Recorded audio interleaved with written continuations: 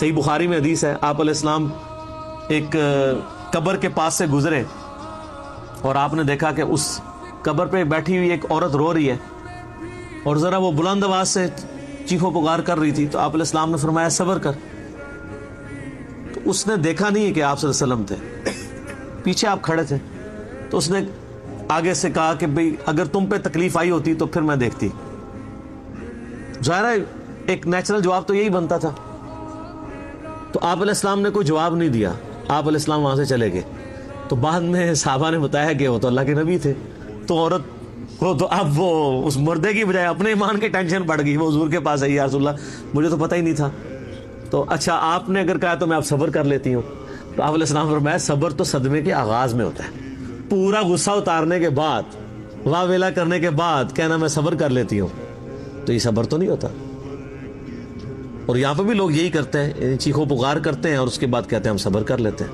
اور پھر بسا اوقات جوان میت کے اوپر اس طرح کے الفاظ استعمال کیے جاتے ہیں کہ وہ میت کیا گئی، ایمان بھی اس گھر سے رخصت ہو جاتا ہے. یعنی کئی عورتیں وہ کہتی ہیں میرا ہی منڈا لبیا سی اللہ تنو مارنے واسطے، میرا ہی بیٹا ملا تھا کہ اس کو تو موت دیتا. اب یہ کلمات کفر ہیں. اس کے بعد بیٹا کیا گیا، ایمان بھی گیا ساتھ. اسی لیے اسلام میں نوحہ کرنے سے منع کیا گیا. ایک تو نوحہ وہ ہے نا کہ آپ کسی کے لیے کوئی تعریفی کلمات کہہ لیں مرنے کے بعد، وہ تو آپ کہہ سکتے ہیں، وہ ایک معاملہ علیحدہ ہے. ایک یہ کہ چیخو پکار کر کے آپ جو ہے وہ ایک جاہلیت والے ایٹیچیوڈ کے ساتھ نوحہ کرتے ہیں، تو وہ نوحہ تو اسلام میں اجازت نہیں ہے. بخاری مسلم میں کتنی احادیث ہیں کہ آپ علیہ السلام نے اسے زمانہ جاہلیت کی طرف منسوب کیا، اور خصوصاً عورتوں کے لیے فرمایا کہ وہ ایسی عورت اگر بغیر توبہ کے مرے گی تو اسے قیامت والے دن گندک کی قمیض پہنائی جائے گی، والعیاذ باللہ تعالی. اور مسلم شریف میں ایک حدیث ہے کہ میری امت کبھی جاہلیت کے 4 کام نہیں چھوڑے گی. نمبر 1 حسب و نسب پہ فخر کرنا. نمبر 2 دوسروں کے نسب کے اوپر تان کرنا. نمبر 3 ستاروں کے ذریعے بارش اور یہ باقی معاملات کو لے کے چلنا. اور نمبر 4 نوحہ کرنا مصیبت و پریشانی کے وقت. تو ہر مشکل کے ساتھ آسانی جڑی.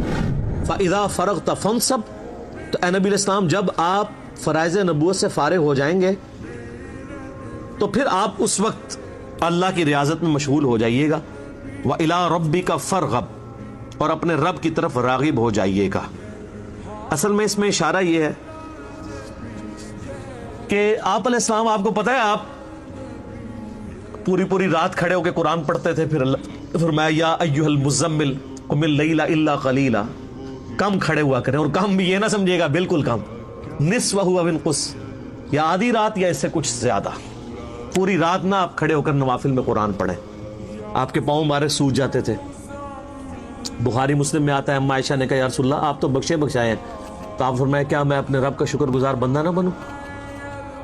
تو لیکن جب آپ نے دعوت و تبلیغ کا کام شروع کیا تو یہ ساری چیزیں چھوٹ گئیں. یہ نیچرل ہے. پہلے تو آپ دن کے وقت آرام کر سکتے تھے، رات کو قیام کرتے تھے. اب دن کے وقت دعوت و تبلیغ کا کام کرنا، دعوت و تبلیغ اور گوشہ نشینی یہ بالکل اپوزٹ ہے.